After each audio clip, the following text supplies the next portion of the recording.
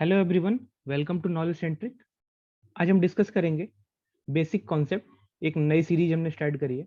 इसमें आज हम देखने वाले हैं इंडक्टर। ये सीरीज आगे ही ऐसे ही चलता रहेगा, एक एक टॉपिक हम लेंगे उसको डिस्कस करेंगे। सबसे पहले इंडक्टर आज स्टार्ट कर रहे हैं हम।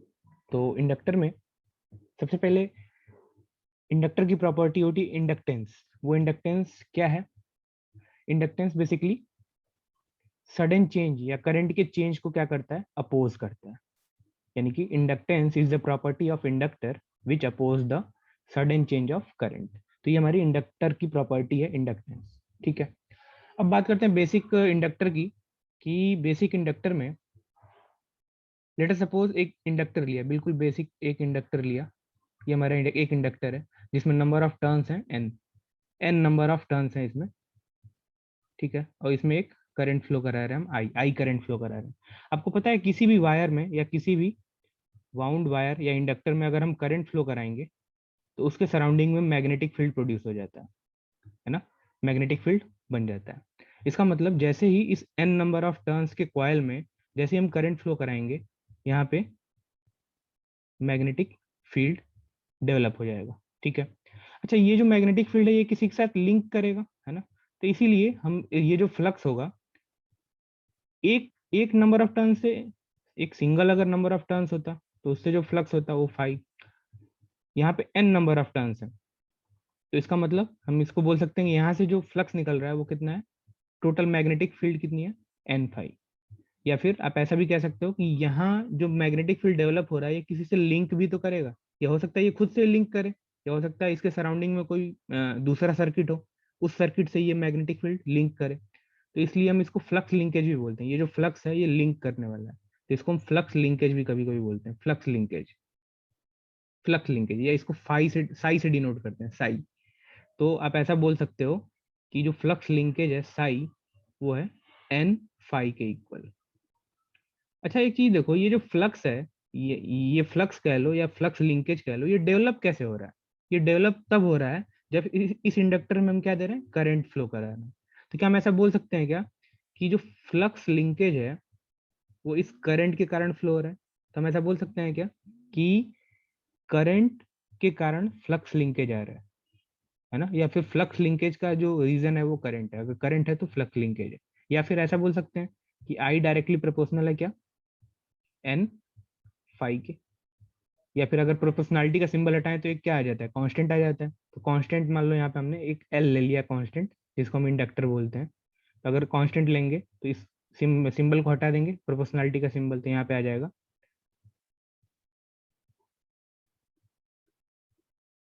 आई L is equal to N phi. या फिर इसको अगर मैं अप्रोप्रिएट लिखूं तो L I is equal to N phi. तो ये एक फार्मूला है हमारे लिए, बहुत इंपॉर्टेंट फार्मूला है। जेई के एग्जाम में इससे डायरेक्ट क्वेश्चन आता है ना? इसको मैंने आगे लिखा भी हुआ है, N phi is equal to L I. ठीक है, ये बहुत इंपॉर्टेंट है। इसमें से क्या होगा, देखो आपके पास चार नोन क्वांटिटी, मतलब चार क्वांटिटी है। N number of turns, flux, inductor और करंट। ठीक है, अब एग्जाम में क्या होगा, एग्जाम में आपको इसमें से कोई तीन क्वांटिटी पता होगी, तीन क्वांटिटी पता होगा, और फोर्थ क्वांटिटी वो आपसे पूछेंगे। ठीक है, तो लास्ट में हम इसको डिस्कस भी करेंगे। चाहे यहीं पे आप ऐसे एक जनरल सा बहुत सिंपल सा एक क्वेश्चन ले लो कि एन जो है मान लो वो 100 है, नंबर ऑफ टर्न्स। ठीक है, flux let us suppose 1 weber है ना? 1 वेबर, मैं 10 की पावर इसलिए नहीं ले रहा हूँ कि कैलकुलेशन ईजी रहे मेरे लिए। और मान लो करंट जो है हमारा वो है, लेट अस सपोज करंट जो है वो 10 एम्पियर है, लेट अस सपोज। ठीक है, तो अगर आपसे कोई पूछता है कि ये पैरामीटर्स दिए हुए हैं आपको, और कोई आपसे पूछता है कि आप इंडक्टर की वैल्यू बताओ, फाइंड द इंडक्टर, तो इंडक्टर की वैल्यू आप कैसे बताओगे? N phi is equal to L I से। ठीक है, एन फाई आपको पता है, एल नहीं पता है और आई पता है, तो आप फार्मूले में वैल्यूज पुट कर लो। 100 इंटू फ्लक्स कितना है? 1 weber, sorry, is equal to L हमें पता करना है और आई की वैल्यू है 10, तो आपको यहाँ से एल की वैल्यू मिल जाएगी 10 हेनरी। ठीक है, एक जनरल सा एग्जांपल दिया है मैंने। बेसिकली इन चारों में से आपको तीन क्वांटिटी नोन होगा, एक क्वांटिटी अननोन होगा, तो आप यहाँ से इसको फाइंड आउट कर सकते हो। ठीक है, ये फार्मूला आपके लिए बहुत इंपॉर्टेंट है। चलिए आगे बढ़ते हैं। नेक्स्ट है आपके नोट्स के लिए कि इंडक्टर में एनर्जी कितनी स्टोर होती है। तो एनर्जी जो स्टोर होता है इंडक्टर में वो होता है हाफ एल आई स्क्वायर, है ना। ये बहुत आई थिंक ये 10th 12th में ये पढ़ाया जाता है, हाफ एल आई स्क्वायर। ये भी आपके लिए बहुत इंपॉर्टेंट है ना। इसको मैं एक बार डिराइव करके आपको बता देता हूँ, है ना, एनर्जी। अच्छा एक बात बताओ, पावर क्या होता है? पावर होता है वोल्टेज इंटू करंट, ठीक है। पावर होता है वोल्टेज इंटू करंट। अच्छा जब इंडक्टर का केस है, तो इंडक्टर के केस में जो ईएमएफ होता है, अगर मान लो ये करंट है आई और इंडक्टर की वैल्यू है एल, तो ईएमएफ जो होगा वो कितना होगा? ईएमएफ होता है L D I by D T, है ना। माइनस भी होता है, माइनस अभी मैं हटा रहा हूँ, L D I by D T. यानी कि वोल्टेज जो है वो कितना है? L D I by D T. तो पावर, पावर की इक्वेशन में रख दें, power is equal to voltage के जगह रख दें क्या? L D I by D T into I, है ना। कैपिटल या स्मॉल देख लेना आप, है ना, दोनों एक ही रखना। यहाँ भी आप कैपिटल स्मॉल कर लो अगर चाहो तो, ठीक है। यानी कि पावर क्या है? L D I by D T into I, ठीक है। अच्छा आपको पता है एक बात क्या, कि अगर आप पावर को इंटीग्रेट करते हो विथ रिस्पेक्ट टू टाइम तो आपको क्या मिलता है? एनर्जी। या फिर आप ऐसा भी कह सकते हो, अगर इंटीग्रेशन का आपको नहीं समझ में आ रहा, कि एनर्जी इज इक्वल टू होता है पावर इंटू टाइम, है ना, पावर इंटू टाइम, ठीक है। तो यहाँ से आप देखो एक बार, अगर इस dt को अगर हम क्रॉस मल्टीप्लाई कर दें इधर, तो क्या हो जाएगा? ये p into D T, p into D T, है ना, is equal to L I D I. दोनों तरफ इंटीग्रेट कर दें, इंटीग्रेट करेंगे तो इधर डी टी का ये t हो जाएगा, तो p into T is equal to L, constant है एल बाहर, आई को इंटीग्रेट करना है तो क्या आ जाएगा? आई स्क्वायर बाई टू। ये तो आएगा आई का इंटीग्रेशन, आई डी आई का integration, I square by two. अच्छा पी इंटू टी को क्या बोलेंगे? पावर इंटू टाइम, एनर्जी के इक्वल होता है। यानी कि जो हमारा एनर्जी है, मैं एक बार फिर इसको यहाँ पे कर देता हूँ। देखो अभी हमने यही पढ़ा था कि sorry, power is equal to क्या था? Half L I square, sorry, power is equal to, एक मिनट में इसको, पावर इज इक्वल टू था v इंटू आई, यानी कि L D I by D T, है ना। ये हमारा हो गया वोल्टेज और इसमें हमने करंट से मल्टीप्लाई कर दिया, तो ये हमारा हो गया पावर। इस dt को मैं इधर क्रॉस मल्टीप्लाई कर रहा हूँ तो क्या आ जाएगा? p into D T is equal to L I D I. अब दोनों तरफ मैं इंटीग्रेट कर रहा हूँ, तो dt को इंटीग्रेट करूंगा तो इंटीग्रेशन और डिफरेंशिएशन एक दूसरे को कैंसिल कर देंगे, तो यहाँ पे आ जाएगा p into T is equal to L, और आई डी आई का इसको जब इंटीग्रेट करेंगे, इसको जब इंटीग्रेट करेंगे तो क्या आ जाएगा? आई स्क्वायर बाई टू, ठीक है। अच्छा पावर इंटू टाइम, पावर के साथ टाइम को मल्टीप्लाई, ये एनर्जी के इक्वल हो जाता है, तो एनर्जी को मैं यहाँ पे डब्ल्यू से डिनोट कर रहा हूँ, तो energy is equal to half L I square. I hope आपको ये एक आइडिया समझ में आया होगा कि एनर्जी जो है हाफ एल आई स्क्वायर कैसे आ रहा है। ये डेरिवेशन मैंने किया है, आपको डेरिवेशन ध्यान में नहीं रखना है, आपको ध्यान में बस दो चीजें रखनी है in terms of JE exam. N phi is equal to L I पहला, और सेकंड है क्या? Energy half L I square. इसके अलावा एक और चीज आप ध्यान में रख सकते हो कि जो ईएमएफ होता है वो क्या होता है? Minus N D phi by D T inductor के केस में, या फिर minus L D I by D T, है ना। ये बिल्कुल बेसिक है, इसलिए मैंने इसको बहुत ज़्यादा डिस्कस नहीं करा है ये इस वाले पॉइंट को, लेकिन आपको ये पता होना चाहिए। ये तीनों चीज़ें अगर आपको पता है तो आज का हमारा लेक्चर कंप्लीट है, और इससे रिलेटेड हम कुछ न्यूमेरिकल्स या जो क्वेश्चन जो जेई के एग्जाम में आए हुए हैं उसको डिस्कस करेंगे। आई होप आपको एक अंडरस्टैंडिंग समझ में आई होगी बेसिक कॉन्सेप्ट की। चलिए स्टार्ट करते हैं। पहला क्वेश्चन है हमारा, क्वेश्चन नंबर 1। ईएमएफ इंड्यूस्ड है और उसका फार्मूला दिया हुआ है, E is equal to minus N D phi by D T, है ना। और कह रहा है कि बताया इसने कि जहाँ ई जो है वो ईएमएफ इंड्यूस्ड है, एन नंबर ऑफ टर्न्स है, और डी फाई जो है इंस्टेंटेनियस फ्लक्स लिंकेज, ठीक है, with respect to D T, time D T. तो कह रहा है कि नेगेटिव साइन क्या दिखा रहा है। तो आपको पता है कि नेगेटिव जो साइन होता है E equal to minus N D phi by D T में, ये तो फैराडेज लॉ है ना, N D phi by D T. और ये नेगेटिव साइन होता है, ये बेसिकली लेंज लॉ होता है ना, लेंज लॉ। लेंज लॉ क्या बोलता है? लेंज लॉ ये बोलता है कि कॉस को जो इफेक्ट है वो क्या करता है? अपोज करता है ना, जिसके कारण जो प्रोड्यूस हुआ वो उसी को क्या कर रहा है? अपोज कर रहा है, इसीलिए हम एक नेगेटिव साइन इंपोज करते हैं। तो अब इसमें से देखना है कि लेंस लॉ, ये लास्ट वाला जो ऑप्शन है, ऑप्शन डी, इमेल लेंस, ये हमारा करेक्ट ऑप्शन है। इस लेंस, ये जो नेगेटिव साइन है इसका ये सिग्निफाई किसने किया था? ये हमें बताता है लेंस लॉ। तो इसका जो लास्ट ऑप्शन है वो करेक्ट है। ठीक है, बहुत इजी था ये। नेक्स्ट है, an inductor with ferromagnetic core is supplied from a sinusoidal voltage source with frequency f, the current drawn by the inductor will be।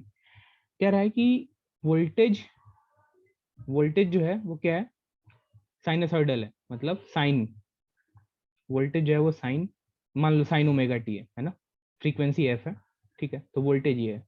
तो कह रहा है कि करंट ड्रॉ कैसा होगा, किस नेचर का होगा करंट ड्रॉ जो करेंगे? साइनोसाइडल होगा, फ्रीक्वेंसी चेंज होगी उसकी, सॉटूथ वेव होगा या नॉन साइनोसाइडल होगा। तो देखो, सबसे पहले तो एक चीज देखते हैं कि अगर इंडक्टर है तो इंडक्टर में वोल्टेज और करंट के बीच में रिलेशन क्या है? तो वोल्टेज और करंट के बीच में जो रिलेशन है इंडक्टर के केस में वो है V या E, कुछ भी कह लो, is equal to L D I by D T, है ना। अब देखो, उसने वोल्टेज तो दिया हुआ है साइन में और करंट के बारे में पूछ रहा है, तो एक काम करते हैं, लिख लेते हैं, वोल्टेज जो है वो साइन ओमेगा टी है, is equal to L D I by D T, है ना। इस L को इधर क्रॉस मल्टीप्लाई कर दें तो क्या लिख देंगे? D I by D T is equal to sine omega T divide by L, है ना, ये लिख सकते हैं। अच्छा, अब हमें करंट चाहिए और करंट का क्या इधर डिफरेंशिएशन है, तो अगर दोनों तरफ इंटीग्रेट कर दें तो कोई परेशानी, कोई परेशानी नहीं है, कोई प्रॉब्लम नहीं है ना। अब मैं इसको बिल्कुल ऊपर लिख रहा हूँ, इसका जो सॉल्यूशन है। अच्छा, अब इंटीग्रेट करेंगे तो D I by D T का इंटीग्रेशन आई हो जाएगा, है ना, ठीक है। और ये डी टी आप इधर कर लेना। अच्छा, अब साइन का इंटीग्रेशन क्या होगा? कॉस, है ना। मैं इस पूरे इंटीग्रेशन पर नहीं जा रहा हूँ, बस एक जनरल, क्योंकि वहां पे 1 मिनट से भी कम का टाइम होता है एक एक क्वेश्चन को करने के लिए। यानी एक बात तो पक्का है कि जो करंट आने वाला है वो कॉस के टर्म में आएगा, कुछ और वैल्यूज होंगी यहाँ पे, लेकिन जो करंट आएगा वो क्या आने वाला है? कॉस के टर्म में आने वाला है। यानी एक बात तो पक्का है कि करंट साइन तो नहीं है। और दूसरी चीज, अगर आप इसको एनालिटिकल भी समझना चाहो तो आपको एक बात पता होगा कि वोल्टेज से जो करंट होता है वो क्या होता है? 90 डिग्री लैग करता है, अगर आइडियल इंडक्टर की बात करोगे तो, है ना, आइडियल इंडक्टर के केस में। यानी कि अगर वोल्टेज साइन है तो करंट क्या होगा? कॉस, है ना। तो आप वहां से भी समझ सकते हो। तो यानी एक बात तो पक्का है कि ये साइन वेव नहीं होने वाला है, तो ये तो पक्का नहीं है, ये भी पक्का नहीं है। सातुत वेव होने वाला है क्या? नहीं, क्योंकि क्या मिल रहा है हमें? कॉस मिल रहा है, यानी कि ये भी नहीं है। यानी कि लास्ट ऑप्शन क्या है? नॉन साइनोसाइडल, बिल्कुल साइनोसाइडल नहीं है, फ्रीक्वेंसी वही रहेगी, सेम सेम फ्रीक्वेंसी। यानी कि हमारा लास्ट ऑप्शन सही है, non sinusoidal frequency with frequency F. ठीक है, आई होप आपको एक ये आइडिया समझ में आया होगा। इसी से रिलेटेड एक और आप कमेंट बॉक्स में मुझे बताना। लेट अस सपोज, अगर वोल्टेज, लेट अस सपोज अगर ये वोल्टेज जो है, जो वोल्टेज सोर्स है, ये साइनोसॉइडल ना होके, लेट अस सपोज मैं कह रहा हूँ कि इस साइनोसॉइडल के जगह पे मान लो मैं बोल रहा हूँ कि रैंप वोल्टेज है, रैंप वोल्टेज सोर्स है ना। रैंप का मतलब कुछ ऐसा वोल्टेज सोर्स है, वोल्टेज, ठीक है। तो आपको कमेंट सेक्शन में बताना है कि अगर वोल्टेज जो सप्लाई दे रहे हैं हम इंडक्टर को वो रैंप अगर हो तो करंट किस नेचर का होगा? करंट कैसा होगा? इम्पल्स होगा, स्टेप होगा, रैंप होगा या पैराबोला होगा? ठीक है, तो आप मुझे कमेंट सेक्शन में बताना। नेक्स्ट है, determine the magnitude of induced EMF. EMF के बारे में बात कर रहा है। If the current change from, current change कर रहा है +2 से -2, कितने टाइम में? 0.5 सेकेंड में, ठीक है। और कोफिशिएंट ऑफ म्यूचुअल इंडक्टेंस जो है वो है हमारा 0.5। तो देखो, ईएमएफ क्या होता है? L D I by D T. अच्छा, डी आई का मतलब क्या है? डी, डेल्टा डी का मतलब change, change in current divide by change in time. तो करंट में चेंज कितना हो रहा है? एल, यहाँ पे उसने एल के जगह पे क्या दिया हुआ? म्यूचुअल इंडक्टेंस दिया है, तो आप ऐसा भी इस फार्मूले को मॉडिफाई कर सकते हो, M D I by D T, क्योंकि एल की इसकी भी यूनिट हेनरी होती है और एम की यूनिट भी हेनरी होती है। यहाँ पे उसने क्या दिया है, म्यूचुअल इंडक्टेंस दिया हुआ है, कोई प्रॉब्लम नहीं है उसमें। अच्छा, तो एम की वैल्यू तो 0.5 दिया हुआ है, हमने लिख लिया इनटू। अब देखो कह रहा है कि डी आई का मतलब क्या है, चेंज इन करंट। करंट में चेंज कितना हो रहा है, +2 से -2, मतलब +2 से वो 0 गया और फिर 0 से वो गया -2 पे। तो चेंज कितने का हुआ, यहाँ भी 2 का चेंज हुआ और इधर भी 2 का, यानी कि टोटल ओवरऑल कितना, 4 एम्पियर का चेंज हुआ है ना। इसका मतलब जो डी आई है वो कितना है, 4। और टाइम कितना लगा, +2 से -2 जाने में 0.5 सेकेंड, यानी कि यहाँ पे मल्टी 0.5। तो आप जब इसको सॉल्व करोगे तो आपको मिल जाएगा 0.5 से 0.5 कैंसिल आउट हो जाएगा। आई होप, आई थिंक ये आपको ईएमएफ जो मिलेगा वो 4 वोल्ट मिलेगा। ठीक है, तो इसका बी ऑप्शन करेक्ट है। ठीक है, मे भी कई बार ऐसा हो कि कैलकुलेशन में कहीं मिस्टेक हो, वैसे यहाँ पे नहीं है मे भी, तो आपको कॉन्सेप्ट समझना है। ठीक है, आई होप आपको ये भी ये क्वेश्चन भी क्लियर होगा। आगे बढ़ते हैं। यहाँ पे क्वेश्चन है, determine the energy stored by 5 henry inductor when current flowing through the inductor is 6 ampere. यहाँ पे देखो, यहाँ पे इंडक्टर की वैल्यू दिया हुआ है 5 हेनरी और करंट दिया हुआ है 6 एम्पियर। अभी हमने पढ़ा था कि एनर्जी स्टोर्ड कितना कितना एनर्जी होता है, एनर्जी का फार्मूला होता है ½ Li²। ये सारे क्वेश्चन जेई में आए हुए हैं, तो सारी वैल्यूज हमें पता है, सिर्फ वैल्यूज पुट करनी है। एल की वैल्यू 5, एल की वैल्यू 5, आई 6 का स्क्वायर, यानी 6 इंटू 6, तो 3, आई थिंक 90, है ना। आप कैलकुलेशन एक बार चेक कर लेना, है ना। तो कैलकुलेशन के हिसाब से इसका जो आंसर है वो 90 जूल है। बहुत सिंपल है, बस ये फार्मूला हमें पता होना चाहिए। एनर्जी जो होता है, एनर्जी का फार्मूला इंडक्टर के केस में वो ½ Li² होता है। ठीक है, तो इस लेक्चर में बस इतना ही। मिलते हैं फिर नेक्स्ट लेक्चर में। अगर आपको कोई डाउट है तो आप कमेंट सेक्शन में लिखिएगा। कोई नया टॉपिक आपको डिस्कस करना है तो उसके लिए भी आप कमेंट सेक्शन में लिख सकते हैं। मिलते हैं फिर नेक्स्ट लेक्चर में। Thank you.